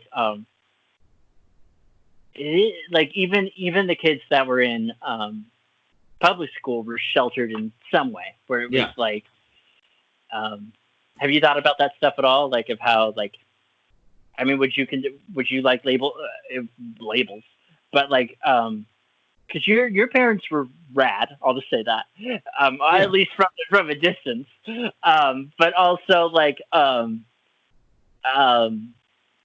where would you like put them on the scale of like how restraining or how they were pretty open all the time, and pretty chill, and even more so now. I mean, like I said, a lot of this stuff I kept hidden from them, but it wasn't like they were never the ones saying like, "Oh, I hate trans people. Oh man, the freaking gays." You know what I mean? They never said anything like that. They were all about like, well, Jesus says to love everyone, so we're gonna love everyone. Despite like I sin, they sin. Who gives a fuck? Like, you know what I mean? Like, and which I was a big thing and hard for them coming out of the churches that they grew up in.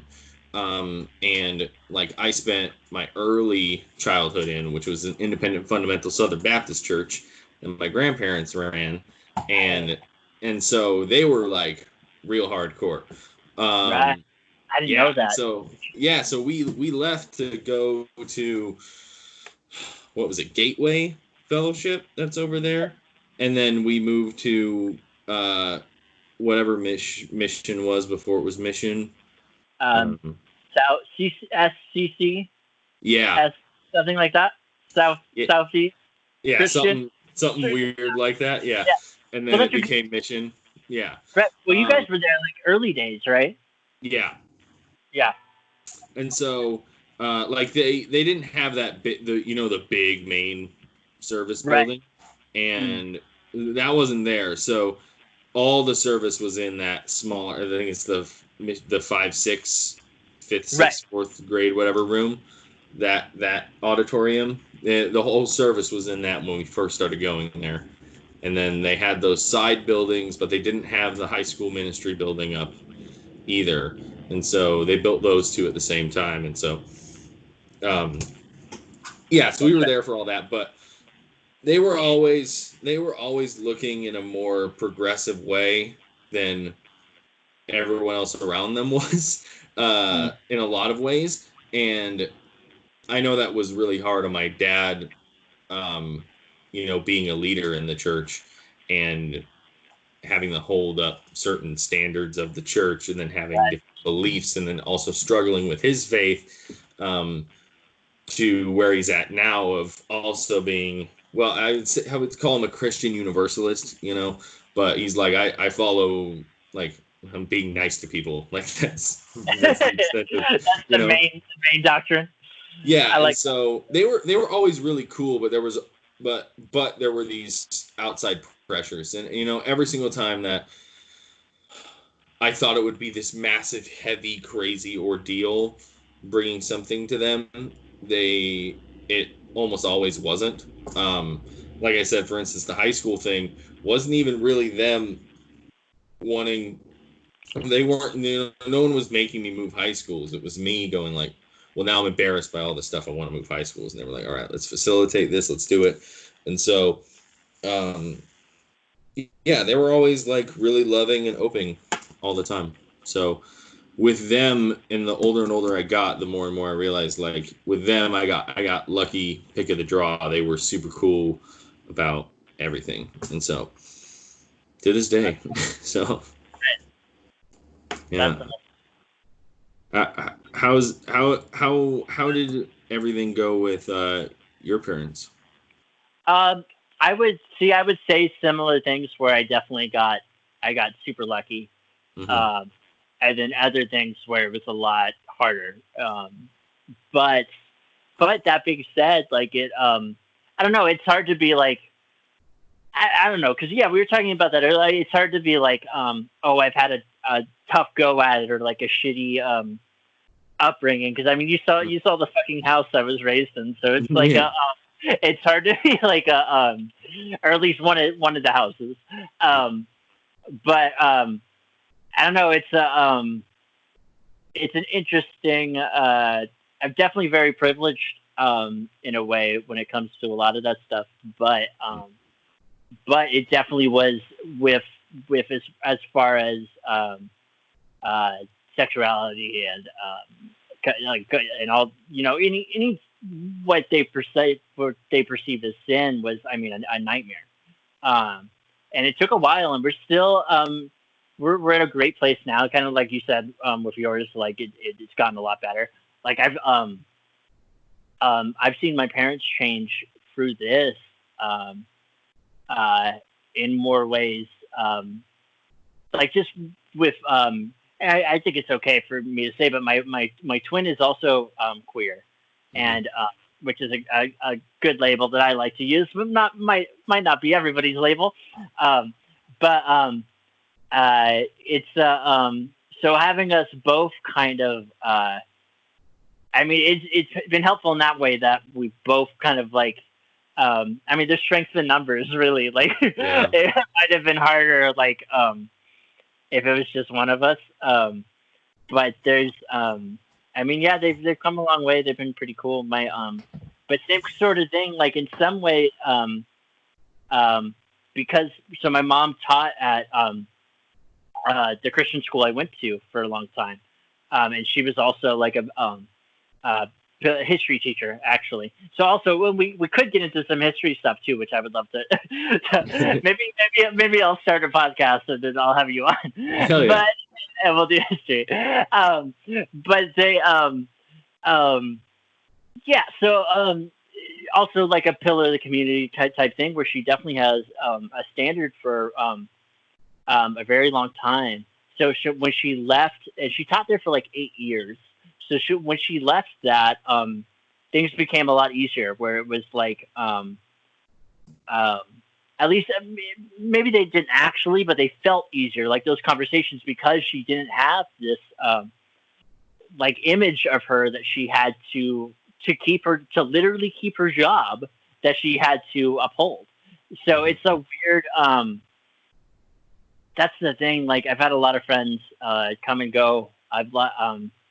That I've worked in ministry with, or like I've so it's been it's a hard. I think that's the hard thing about ministry jobs, and why a lot of people quit after a while is like it's this like this moral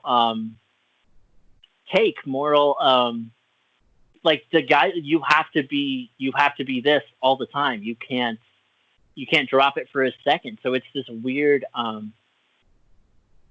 thing. Like I had two so when I think it's okay to say, I mean, yeah, there's articles about it and stuff, so we're good. But like when the whole Mark Curtis thing, is that his name? Mark the pastor, Mark Connolly. Mark Curtis is the NBC news anchor. Yeah. The mustache. Mark Connolly is our former pastor. But they yeah. So long story short, had and correct me if I'm wrong about any of this, because I think I was kind of sheltered from the whole story while it was happening. So, but our pastor was this big giant mega church pastor, and then had an affair, and then it all yeah, the church, yeah, no more church for you, bud. You can't be here no more. Which fair enough. I mean, well, not. I mean, but it's one of those hard things. It's a hard ass thing. One of the things with that is that, if I'm not mistaken, it was with one of the ladies that he was counseling, and right. So I think that's one of the bigger reasons. It was a big like, nope, cut, done, bye. That's fair. It's someone that he was supposed to be entrusted in helping their life, and they ended up having an affair. Now I don't know. I don't hold any stock in it personally, but that's right. Maybe we shouldn't be discussing this, but no. I basically the reason I wanted to give some context there is I ended up having two big Christian leaders in my life have kind of like not. I want to say Me Too before Me Too was even a thing, but it wasn't even that because it was the Christian community. It wasn't. Yeah. The big issue there was the affair, or the way the affair happened. It wasn't the so my Christian school that I graduated from, BIOS Christian is no longer a thing because and James little brother, shout out. So many shout outs with this, so I apologize. No, you're fine. But he graduated a year after me, and he as his senior year, it was dissolving slowly because he had an affair. The principal and the creator of that school had an affair with the kindergarten teacher, and his wife was the science teacher. So it was 100% happening on that campus. There was no, and it was a church building. It was a small ass, and there was some other stuff too, which well, we can get into it. I got that's the thing for that school. Got nobody's, it doesn't exist anymore. Nothing matters. Like, there's nobody that could come. Yeah. So it's, but like, it was a weird thing. Like, so I think my family then has a lot of, because of that, has a lot of, you could call it trust issues, you could call it skepticism, you could call it whatever with Christian leaders now, because I mean, there's been two in our life that, whatever, and I have a lot of opinions on the Mark Connolly thing, but I don't know if I want to voice them here. But just for, I mean, you would say for that was somebody would say that I should not be bringing this back to light or whatever. But but I don't. I like talking shit. So, you know. Oh, me too. Especially on mission.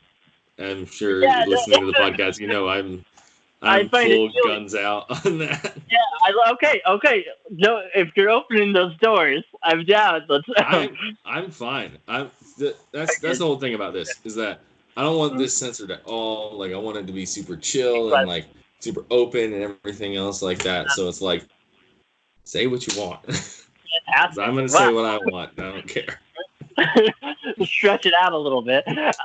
No, incredible. How we doing good on time? I don't want to keep you. I could talk to you forever. I would say this would probably be our last story, and then if you want to say like one last thing before we're done. Okay, I had not been looking. Unless you want to switch topics right now, if you wanted to talk about something more. Did you want to talk about anything else? I'm thinking. I don't know. I feel like I got my linear idea of what I wanted to get out of this podcast, but in a jumbled form. So I'm good. Oh, did you have like, we'll talk about this and this kind of linearly, or we didn't talk about politics much at all? Oh, that's true. Yeah. So let's do a quick, 10 minutes on that. What's your politics now? I'm curious.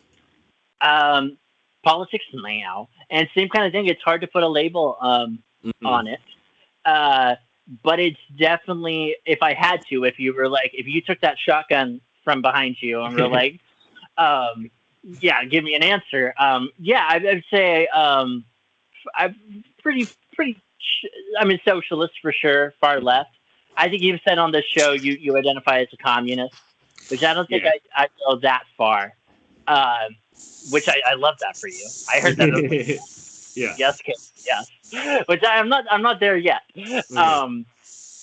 There's people in my life who definitely are, and I love them for it. But I would probably consider, democratic socialist. I do think the system that we have now is fucked in a lot of ways, and it needs to change now. And there's not that much time. The time is now, really.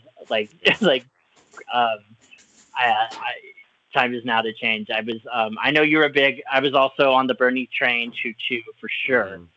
It was really, I have you voted yet? Yep. Mine's right here. Did you mail it in? Yeah, it's all done. I'm waiting till the last. It's mostly filled out, but I like to take my time. I got some time with it, so going thing by thing. I was a big fan of Mingus Maps for local. I don't know if you follow the local election at all. I do, but unfortunately, I'm registered Green Party now, so I didn't get to vote on any of the Democratic tickets. So. See, that's the hard. I mean, good for you. I almost. That's the thing. Wait, but then in the primaries, you couldn't vote for Bernie then? No, right? I changed it right before they started sending ballots out because Oh. Bernie dropped out and then he endorsed, kind of dropped out and then endorsed Biden. Yeah. Sorry. So he kind of dropped out and then endorsed Biden, and I think Biden's a evil piece of shit asshole. And so I was like, well, you know what? If the DNC is even going to get Bernie on behind this, I'm not even going to give a solace vote for Bernie. And so, really? yeah. So I said in my solo podcast, I was like, hey, so, and this is no offense to all of the work that Bernie's done, but I was like, hey, Bernie, DNC, Biden, everyone that's working within the system, fuck you. I'm out. I'm not doing this anymore. So, yeah. I get that. It's been a hard, I think for a lot of my friends who identify as socialists, it's, this fucking election, I think for everybody in a lot of ways, anybody who really follows politics, has been a total mindfuck and just been an emotional roller coaster. Yeah. For sure that I'm not going to be able to summarize now. Like it's just it's been a whole thing. It'll be interesting though to see how much delegates he ends up getting. I am I'm fucking done with this two-party system. I know you I know you are too. It's just if we had anything, yeah, I know. Like I don't even have to. Like I know your opinion on it. Like it's just, and I agree, and I think we're on the same page as far as that goes. That the two-party system is bullshit, and it's just outdated as fuck, and there's no good reason, there's no moral or ethical or numbers reason for it anymore. For it just to the world's so much more black and white than fucking two opinions, and there's so many different opinions within. I could go on this for a while. I would even I don't know if this has been talked about at all, but I would even say I don't even know if we need actual representation anymore. Actual I don't think. Have you guys talked about this at all? Well, yeah, my dad and I on the "Fuck You, Dad" with the socialism stuff. Okay. If you listen back to that one, because the last one was pretty good too, but that was kind of like a piggyback onto the one that was before that. I think I've got 3 out of 4 "Fuck You, Dads." Okay, so one of them one of them we debate socialism versus libertarianism. Yeah. Okay. So you should listen to that one, and I will.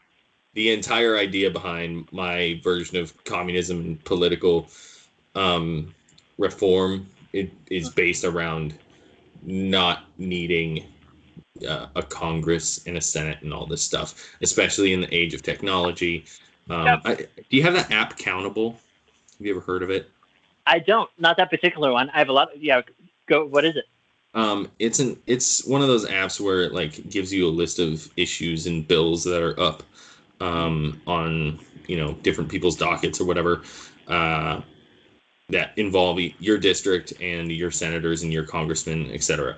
And it asks your opinion on them, and it's either like, if it's a bill, it's like, would you vote yes or would you vote no? Or if it's like a general topic issue, it's like, how do you feel about this? From like smiley face to not smiley face, Yeah.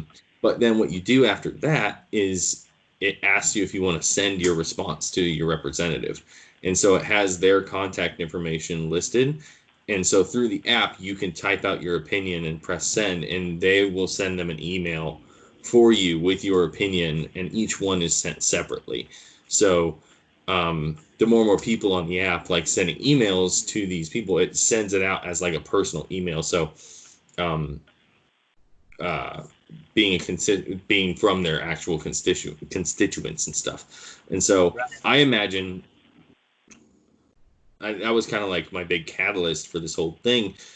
Was like, well, you could have some form of direct democracy, um, along with uh, maybe some general. So I'm not even necessarily saying. I'm saying like within the confines of like. All right, so this is going to get long and annoying, but so Lenin and Marx, and Mao, everyone else in communism, uh, and I should say in the old world, envisioned communism as a top-down structure with the Communist Party at the top, intending to be representatives from the working class, which were actually at the bottom of this thing.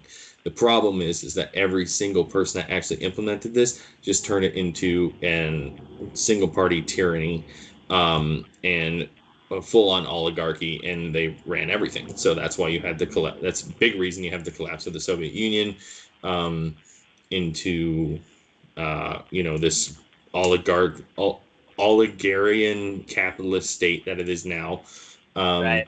and then the China slowly becoming that exact thing as well.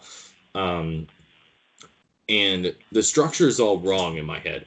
I think what you should do is take that communist structure and take the people and put them up top. And so essentially how that works is the people direct democracy through direct democracy, and maybe something like an app or whatever, would be able to vote and discuss and actually influence the way that bills and everything get passed. So for instance, right now, if a bill, the Congress, they have people write it, and I'm just saying that one general way one can go.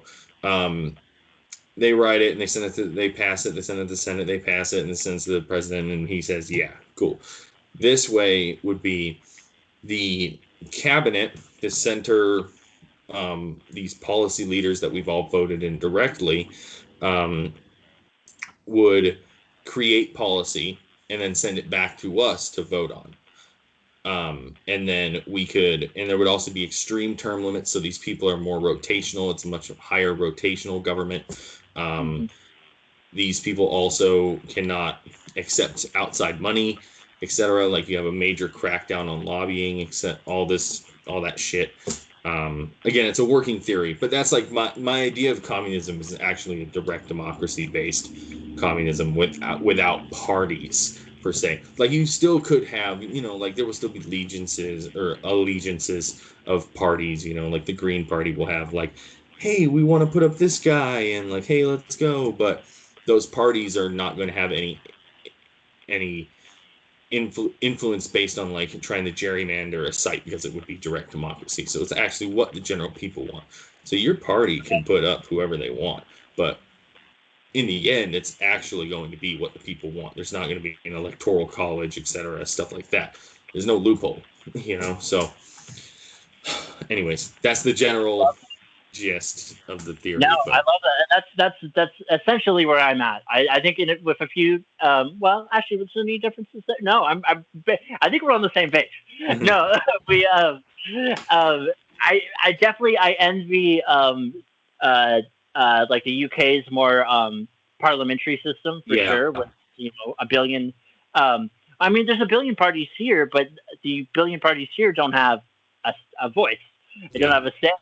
I think my first vote for president was in 2012, which would have been Gary, and I was in the libertarian system for a bit, mostly because also my parents strong Republicans, and anything, so like just me saying, hey, I'm a Democrat was a big deal. So like for me saying libertarian was like a good in between for a little while, and it was a good soft leading into it. Unintentionally, that's looking back. That's foresight is 2020. Now I'm like, that's what I was doing. I was not thinking that at the time. That's what this is. But no, it's interesting. I think we should have. Yeah, no, there should. there should be either no parties or a billion parties, and it could change all the time. The fact that we only have two is frankly dumb and disgusting, and but I also I want to talk about that a little bit. I would totally be down for a system. We would have to figure it out as far as the internet and hacking and that kind of goes. It would take work, but I don't know if we don't need senators anymore, man. We don't need them. What the fuck? Why are we doing this? Right. Like when the people you see all the time, people do write bills all the time for free. This happens. There's that actress, Evan Rachel Woods on Westworld, just did a whole. I think it had to do with sexual harassment. Forgive me if I'm wrong, Evan Rachel Woods. She's a longtime listener of your show. I don't know if you do. I did. But yeah. She's not.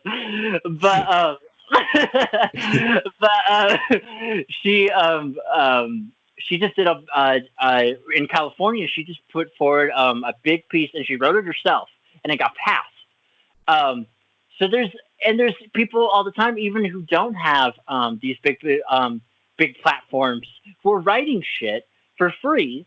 Why do we need to when there's so much bad money involved the easiest word for it is politics and backdoor deals?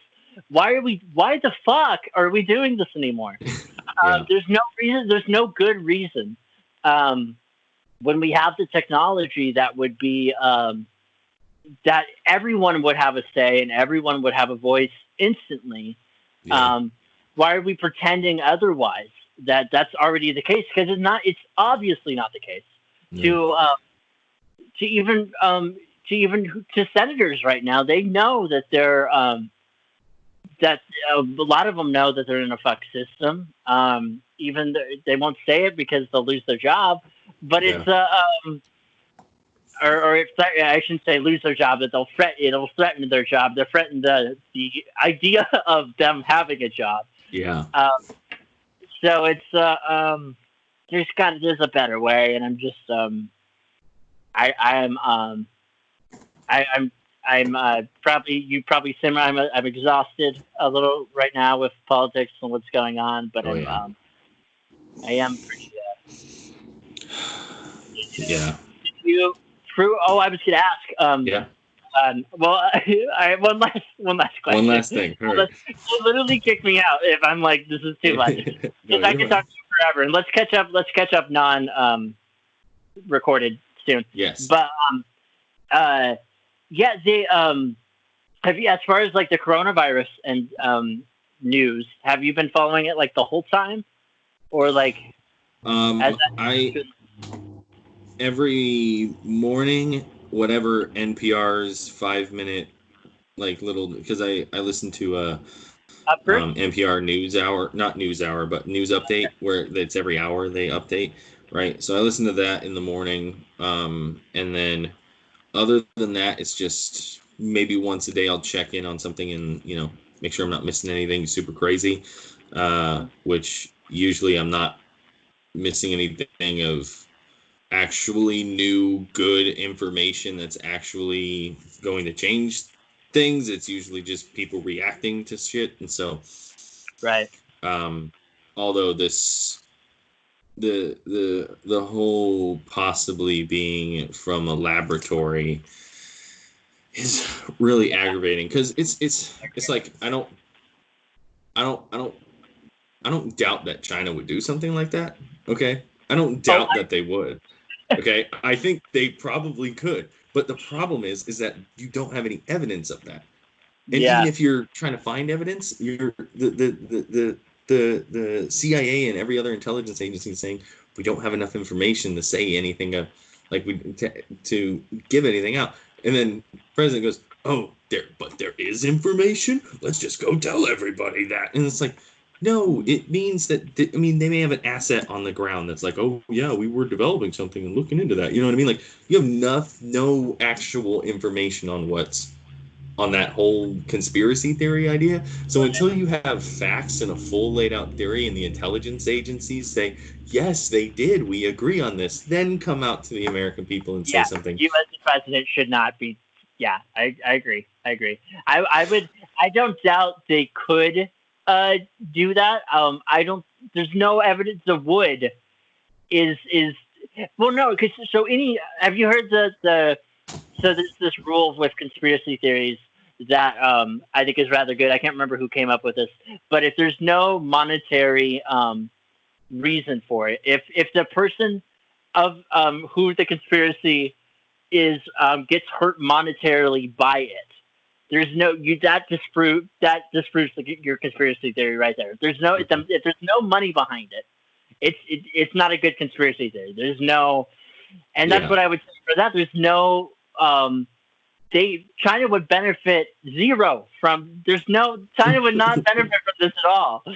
So there's no monetarily more, and they have no beef. I mean, they have there's no real beef with us right now. There's little. I mean, you would say little like beef, but China's not trying to go to war with us right now. Like, what are you talking about? Like, that's my.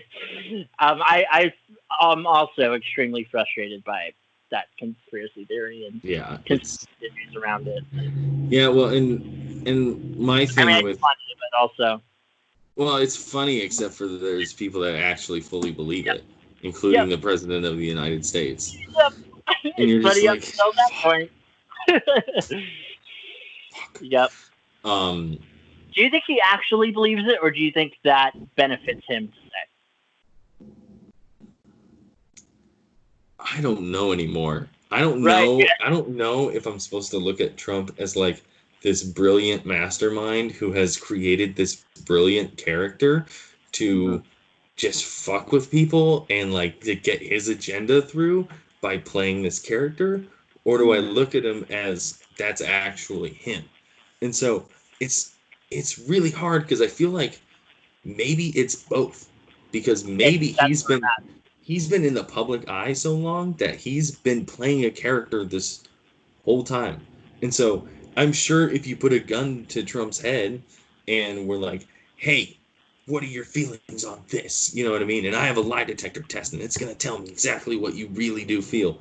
You might get different answers out of him. I have a shotgun with a lie detector attached. Yes. Underneath. Yeah. So if you lie, it's going to go off. Sorry, dude. But like, Secret Service won't care. Secret Service like it's fine. You can. Right. But I feel like that guy is so fake. Yeah. And has been fake for so long that I don't. You can't tell what's fake anymore. Yeah. And he's always been a. What's that? I don't think he can. I don't think he knows what's real. I think reality. Dude, all I have to say is I have massive memory problems from basically playing double lives for half my life now, maybe more than half my life. And so, like, I honestly attribute a lot of not really remembering much of what happened in high school and everything, like, to a T or to a date or, even a general year, is because I was like living two lives simultaneously. That's a lot to keep track of, and like different lives and different like little things you gotta like keep pushing around and everything like that. And so, if that was hard enough for me to figure out, to the point where I have such a hard time even remembering what was going on exactly. Like, I don't even remember when you asked my sister went to Africa with me. Right now, I don't remember. I don't know if she was on that fucking plane or not. I feel Africa. Did I go with my sister? How do you not know that? And so if me playing double life for 10 years is one thing, now think of this guy having to be in the public eye playing double life for a show and for business and for this and for that. And on top of that, he's getting older and older, getting more power and power. And like, but somehow his company isn't actually making any money, but he has all this power and like all this crazy shit. And it's like, I don't think he knows what's real and what's not. What he actually thinks. Well, I think I completely agree. That's fascinating. Everything you just said. No, he's so. I really think the truth well, no, and this is an old take. The truth is not on his list of priorities. Yeah. It's like it's not at all. It's like it's not even on the map of his priorities. It's not even a real thing anymore. It's interesting that I for my memory loss, and I also have a lot of it. And same kind of thing. Like if you were going to ask me, well, all the time, because my siblings and I are so close in age, they'll bring up stories or people from high school or junior high, and I have no idea who the fuck you're talking about. Or no, yeah. And it's interesting that you attribute it to the double life thing. I attribute most of mine because it has been. There's been a bunch of studies about how depression literally eats away that part of your memory, that part of your brain. Depression, like attacks it in some way. I mean, that's a dumb way of putting it, but so for me personally, I attribute most of it to that, but I've never thought of it as of that way of me having to live these double lives and just keeping track of different things. And, it could be both. I mean, I a lot of I things didn't know that about depression, and I went to counseling for depression and anger issues, which is really the only reason that I'm like even semi okay now. And so I went to like a year and a half of counseling right out of high school for that. But I mean, that could have definitely been part of it too, because I dealt with tons of suicidal thought and everything, which I think I've talked about on the pod before, but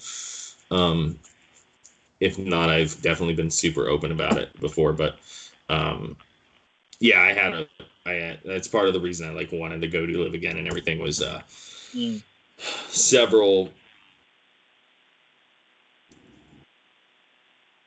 things, like suicidal thoughts, attempted suicide, suicides, I'll just put it that way.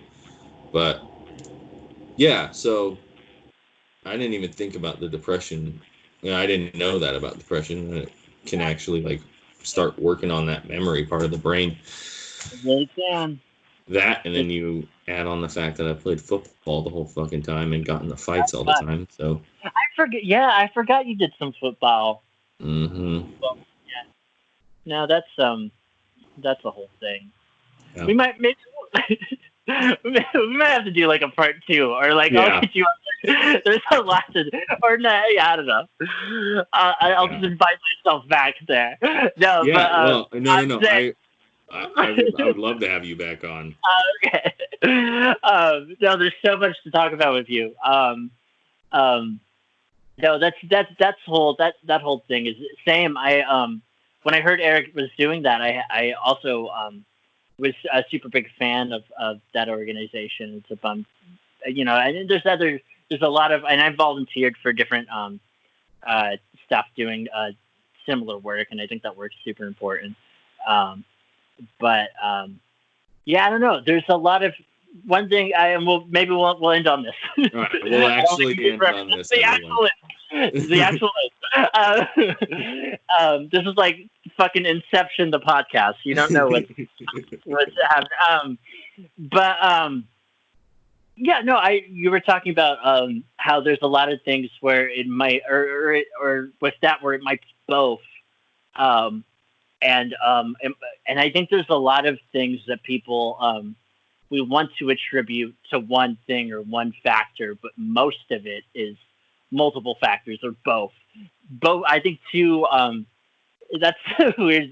Two things can be true simultaneously. Yeah. And that's a recent thing for me. That's something I've thought for a long time. But both. Two things can be true simultaneously, and two opinions can be right at the same time. So it's hard. That's where it gets hard with the medical stuff and with really pinpointing what with yourself or what your own timeline or whatever, what everything means, because you and your doctor are right, or you and the debating parts of yourself or both could be right or wrong. Mm-hmm. So it's a weird life is weird. Yeah. Life is weird. Life is weird. I think that's a good place to end. Life Yes. is fucking weird. life is fucking weird. Love you, dude. It was really good catching up. Yeah, it was awesome. We got to talk more often, and I definitely want you back on. So.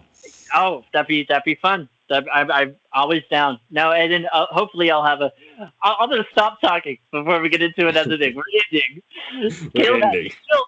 We're ending. I love you. Yeah, let's talk soon. Love you too. Deuces. Deuces.